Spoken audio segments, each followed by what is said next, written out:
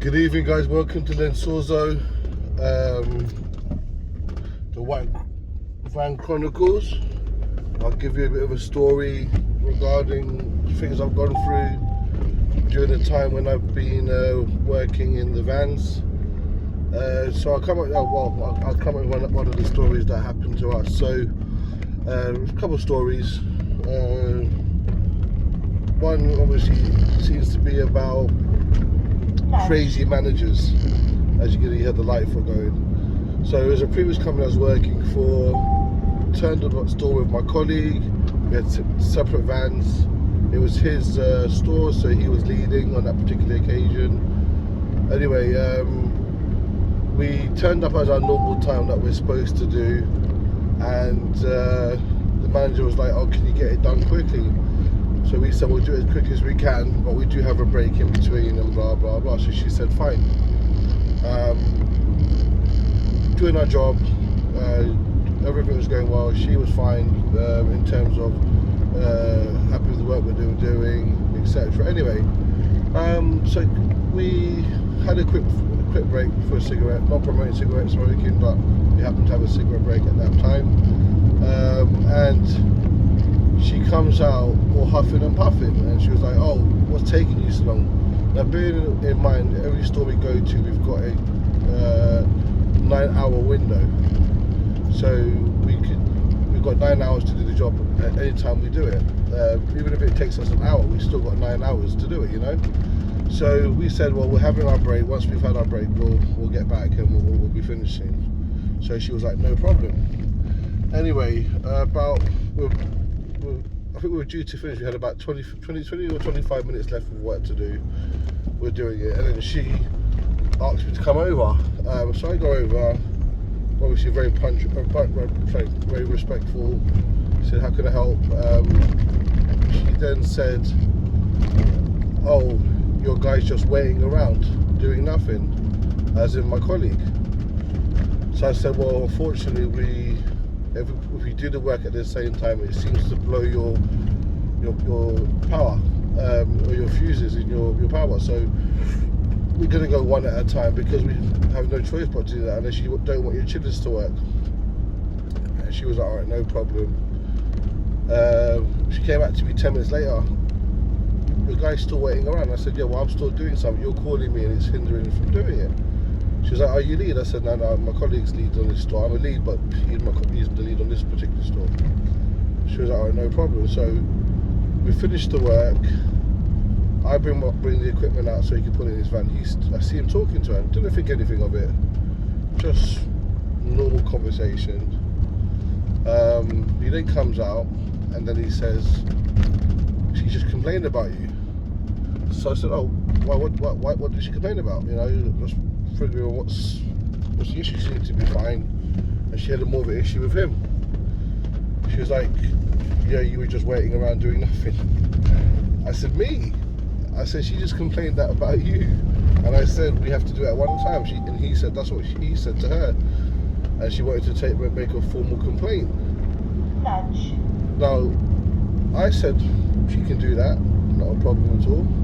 So I thought, let me go back in there and find out what the real reason is, because she was complaining about my colleagues most of the evening, and then when she found out he was lead, she wanted to complain about me. So I went to her and I sorry to bother you. I said, my colleague said you wanted to complain about me.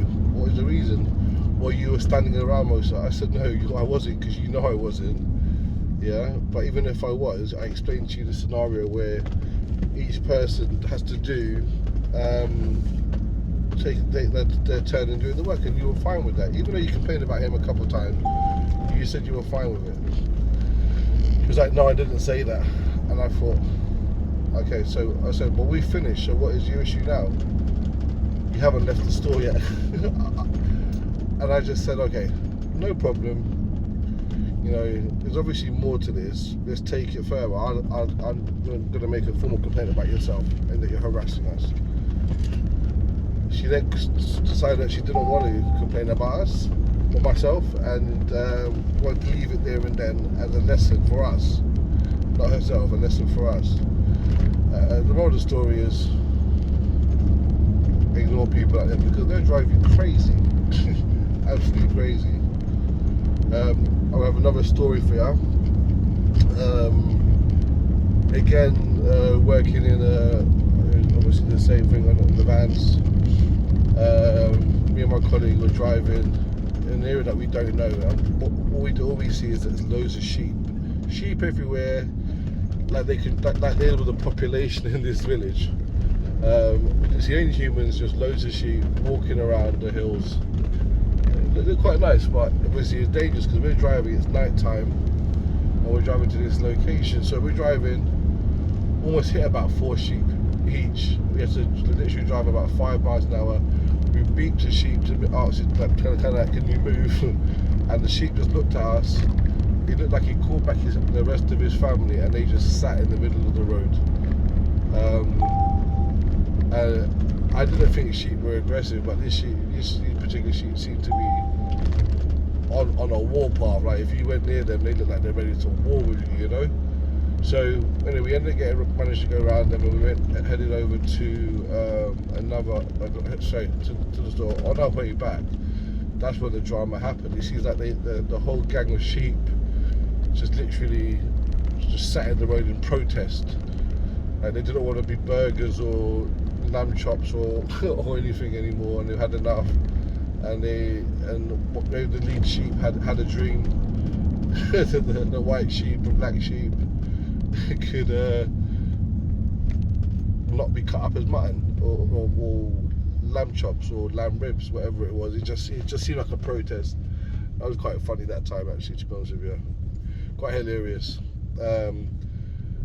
We actually ended up leaving that place. So bear in mind, we finished the job at midnight. We should have been home in about an hour and a half, 2 hours. Didn't end up being home until 4:30 in the morning because of this protest of the sheep. We had to wait for the farmers to come out to round them up. That was a bad one. Another story for you with the van. Oh, the circus is about. Oh yeah, perfect in time for half term, isn't it? For this week or next week, I don't know. So many schools are different. Yeah, so another story for you in terms of the driving around with the van is, yeah, going to a store. It's a smaller store than the bigger store, and get our equipment in. Now what happens is that all the stores are supposed to be stripped by a certain time to allow us to get to work. But what we find with the smaller stores is that they don't start stripping to 11. So we got to the store, noticed it wasn't stripped, introduced ourselves. They said, yeah, they'll strip. 11 o'clock comes, no stripping. 11:30 comes, no stripping. I go in, I said, what's happening? They said, yeah, we're going to strip, we just delayed a bit. So we said, no problem. 12:30 comes, still not stripped.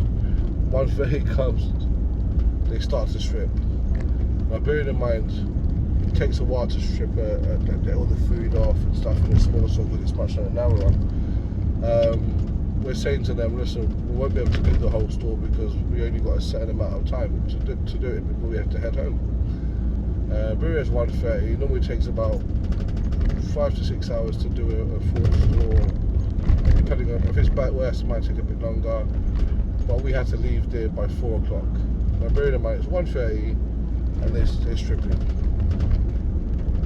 I was saying to his manager, we're not going to be able to do the job because you won't have the quiet time to wash, service, and then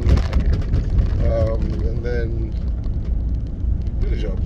Manager's arguing with me, and I'm saying I'm not arguing with you, manager. I'm saying we won't have the time because we've still got 2.5 hours to get home. Out of the allocated 9 hours, and we've been here for nearly 6 hours, you know.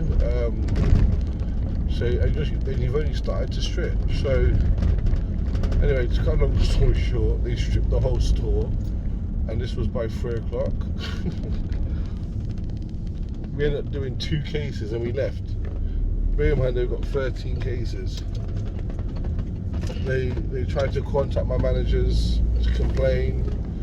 even though we've got everything, we do a report and they sign it and stuff to say this is why we did the only cases. Sometimes they obviously try to help the stores out and try to do the right thing, but on this occasion we couldn't do anything because we don't get paid anything past that time. So anyway, did the 2 cases, did a really good job, packed our stuff off, and obviously they complained, went to our director turned around and said SOP, SLA, blah blah blah blah blah.